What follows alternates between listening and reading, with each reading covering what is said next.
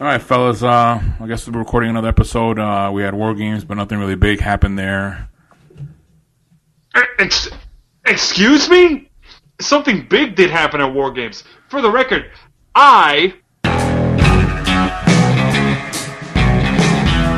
to TFS Pod, otherwise known as the Few Show Podcast. It is 24/7 Lou, and that's Ric-Hard. Convenient that the music chooses to cut me off at just the right moment, huh, Lou? yes, and that's the one-man band. I don't blame the music. Come on. yeah, exactly. Never blame the music. Thank you. Who's editing this show? I like those words, one-man band. Don't blame the music. Yes, folks, welcome to TFS Pod, otherwise known as the Few Show Podcast, the number one show on YouTube, number one show in your heart. And yes, today is the celebration episode and recap of War Games. Woo! That's right, Lou. I'll take it from here. So, guys, scoreboard's in. Scoreboard's in. You ready? You ready? Who's ready? I didn't say bring up the scoreboard. No, we don't want to hear the scoreboard. No. The scoreboard's in. We got one more pay-per-view, but it doesn't matter because I did a clean sweep of War Games, and if I could quote a friend from another show, game over.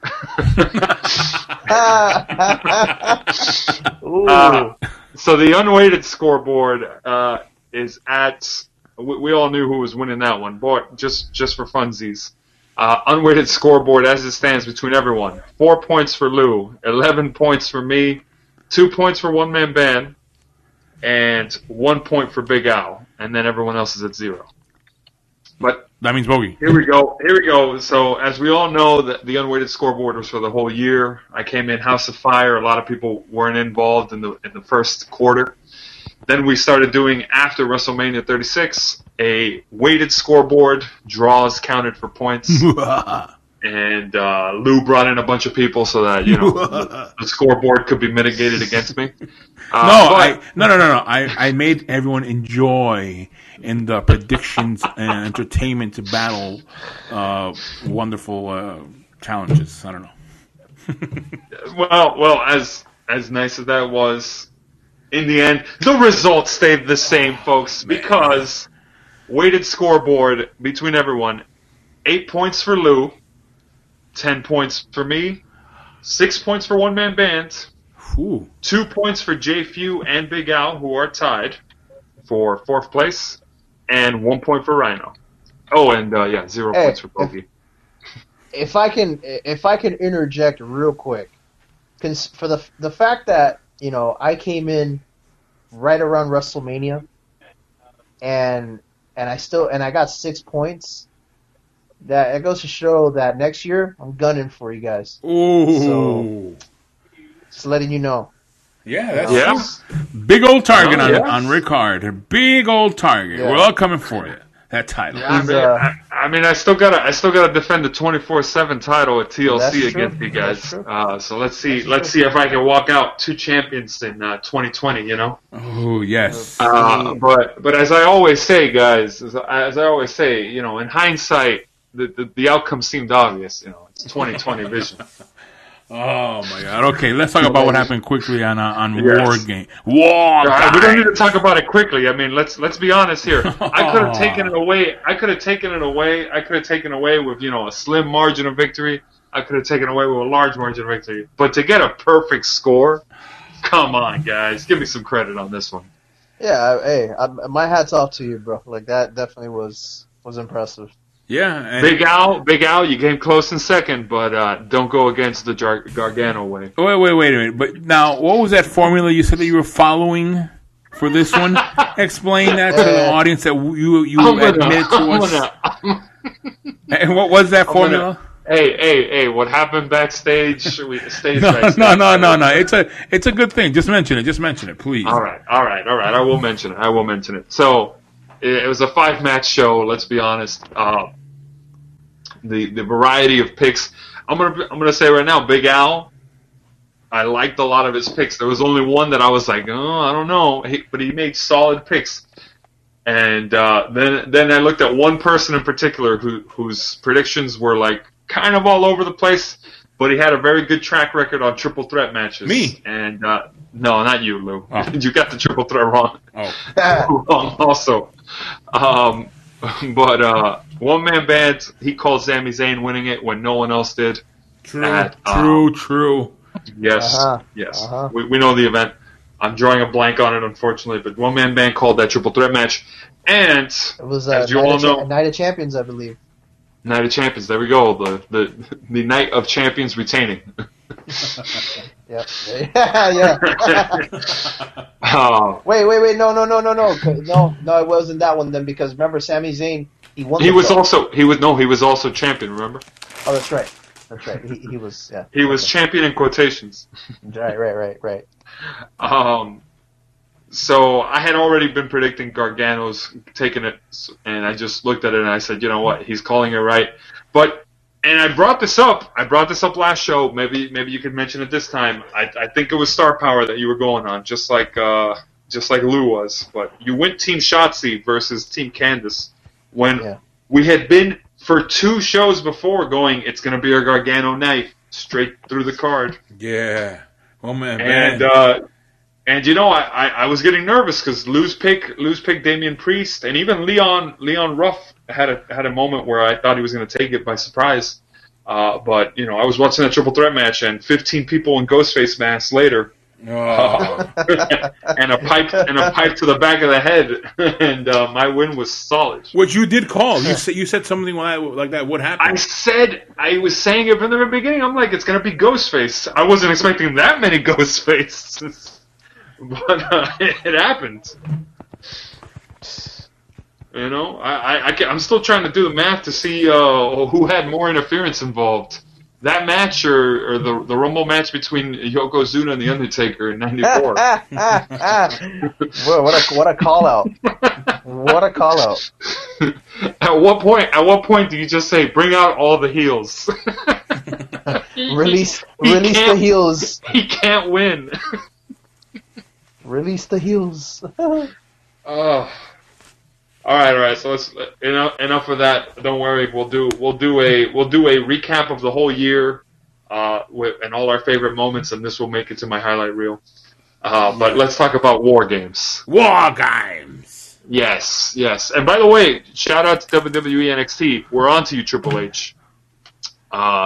Because we know you did that. You did the joke on that. We know you're listening, but you listen to the wrong guy and make the predictions.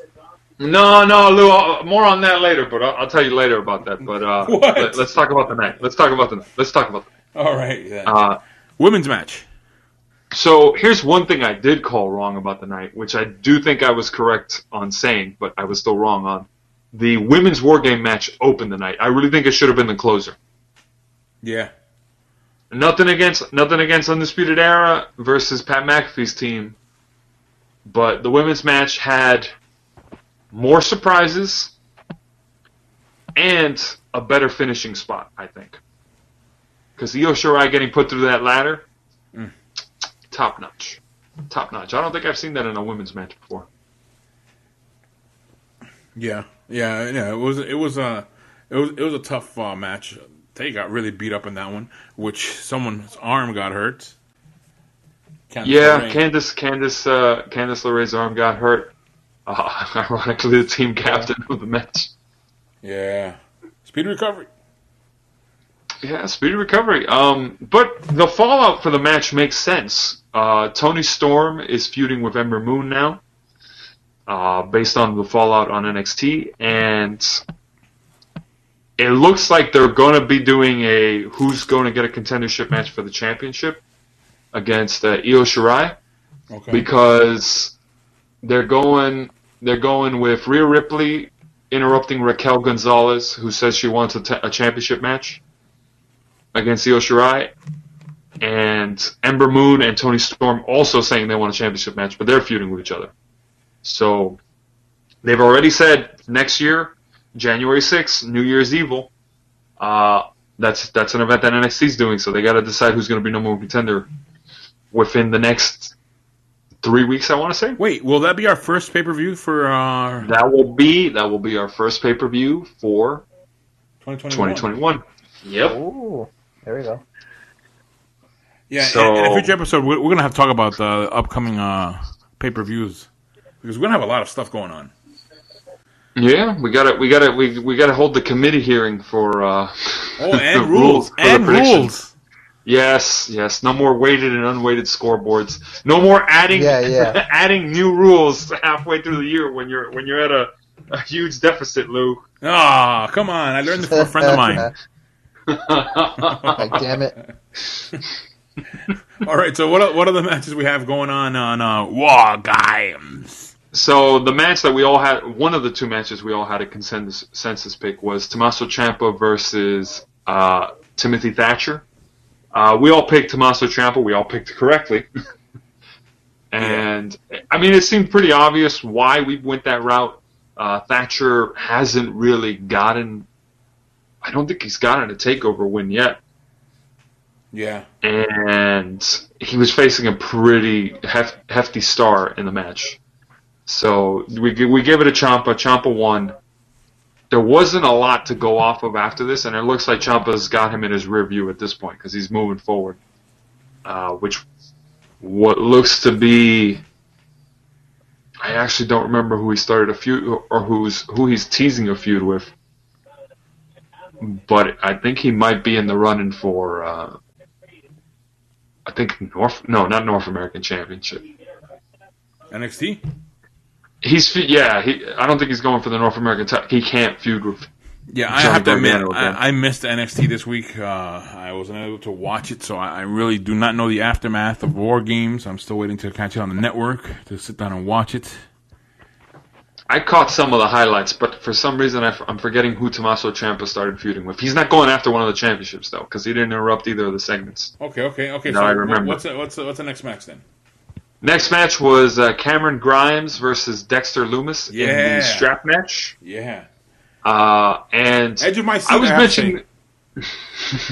I was because you guys had picked Cameron Grimes, or someone had picked Cameron Grimes, and I had picked Dexter Loomis. And I picked Dexter Loomis. You picked Dexter Loomis, and One Man Band picked Cameron Grimes. It was his non-consensus vote that made the match up in the air. And at the end of the day, blonde, mustachioed Christian Bale won. I make that joke all the time, and nobody sees it. And I'm just like, how do you not see it? Like, just get Christian Bale, make him super jacked, have him cut his hair, dye it blonde, and give him a mustache, and it's Dexter Loomis. Like I said, there wasn't much of a build-up to that, as in for Dexter Loomis' side. We knew Cameron Grimes scared of him, but not for Dexter Loomis. Like, why? What's going on here?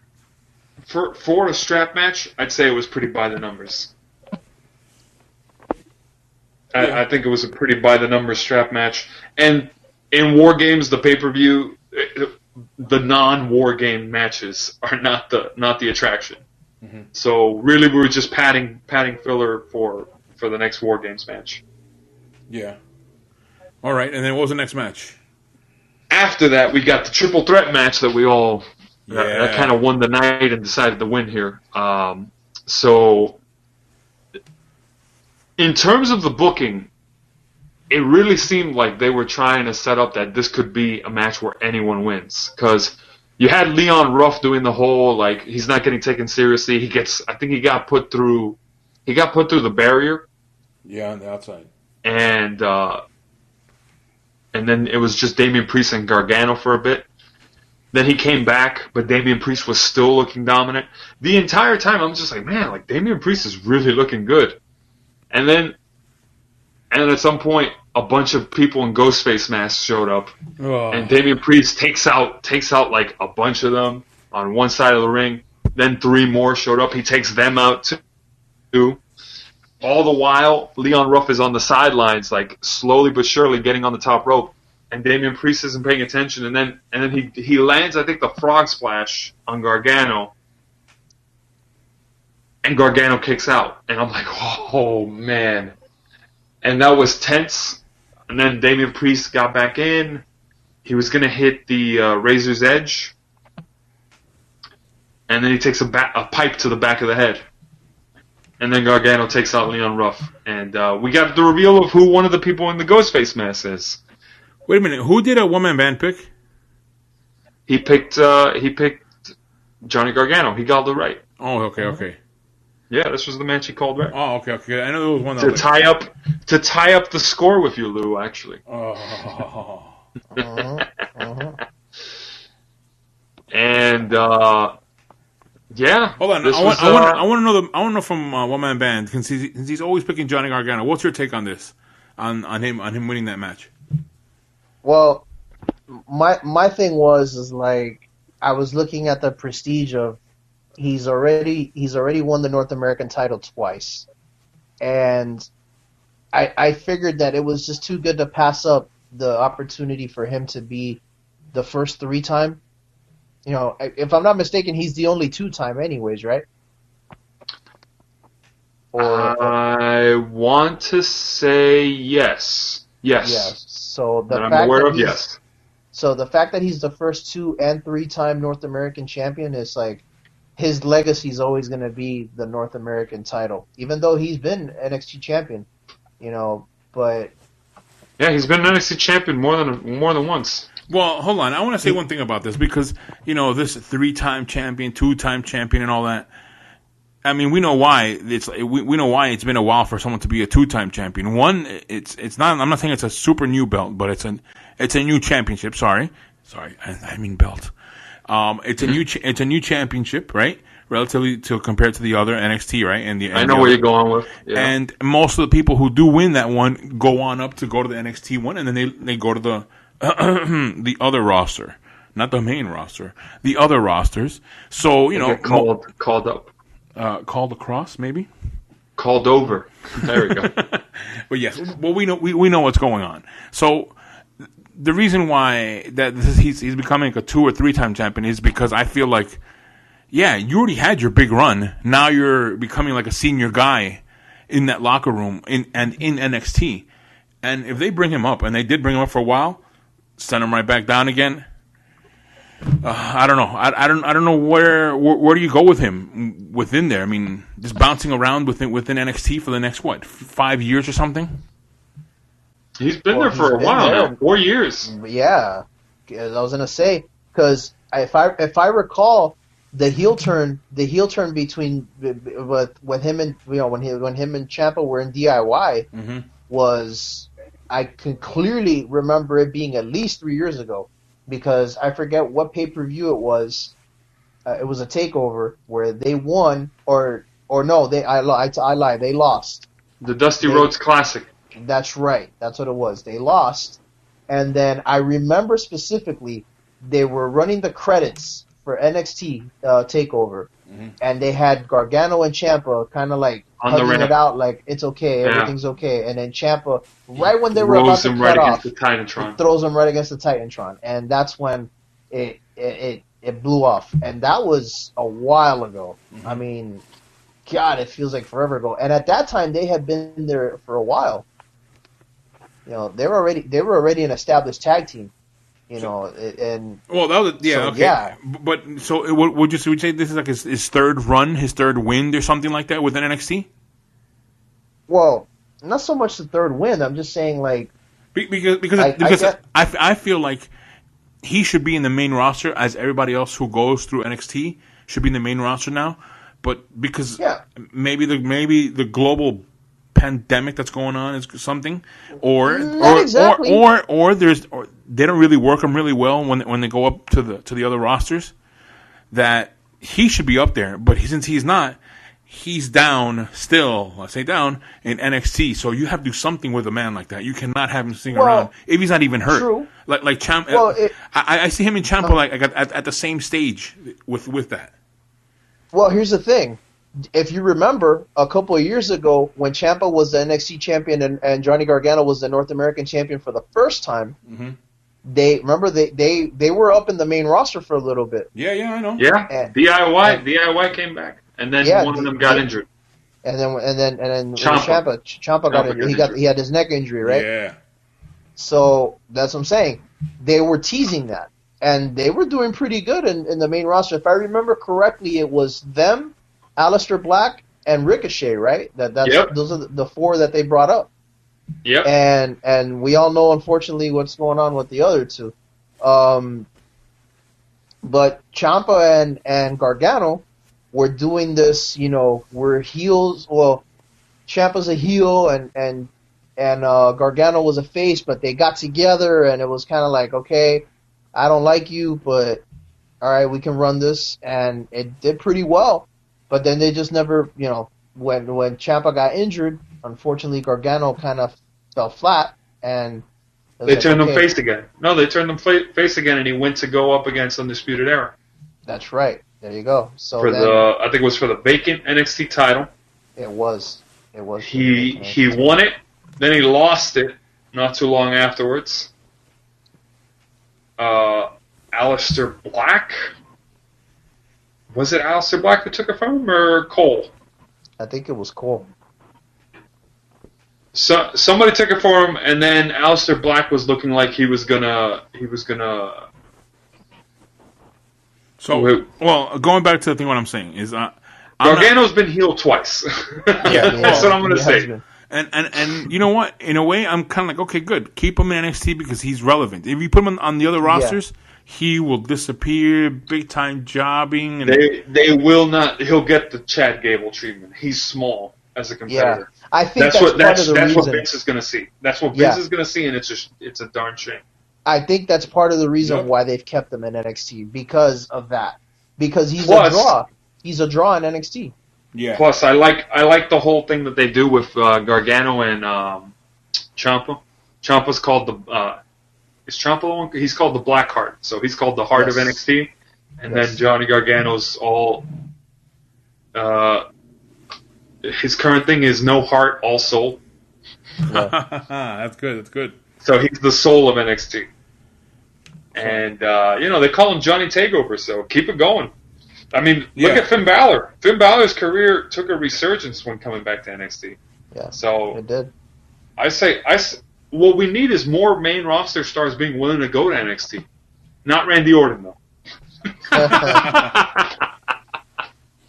All right, so next you match. should send people down there. I definitely agree with that. Send people down there. And what? Meaning like what? Like mix it up or what? No, to stay there as a permanent roster member. There's no reason for them not to be on the main roster. On one of the main rosters. There we go. There you go. Okay. All right, well, there you go. So that's why I think we have this thing of a 3-time champion, which I think we'll be seeing more of stuff like that happen, where people become 4-time champion, 2-time champion in NXT. It'll get to that point. It will get to that point. I don't know how soon it'll get to that point, because right now it's looking like Kyle O'Reilly's gonna be the next NXT champion. Plus the NXT Wars you got to throw in there too.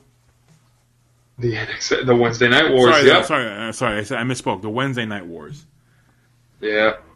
So that's also happening. WNW. All right. So what are the matches we have next that we had on War Games? So we had the main event match. I say main event in quotations. It went last, but I still think the first match should have been the main event. This was a good match too. What are you talking about? It was a good match. All right, it was a good match. Some pretty darn brutal spots too. I think it was Pete Dunne did his finisher and had, if I'm not mistaken, it was Adam Cole. Yeah.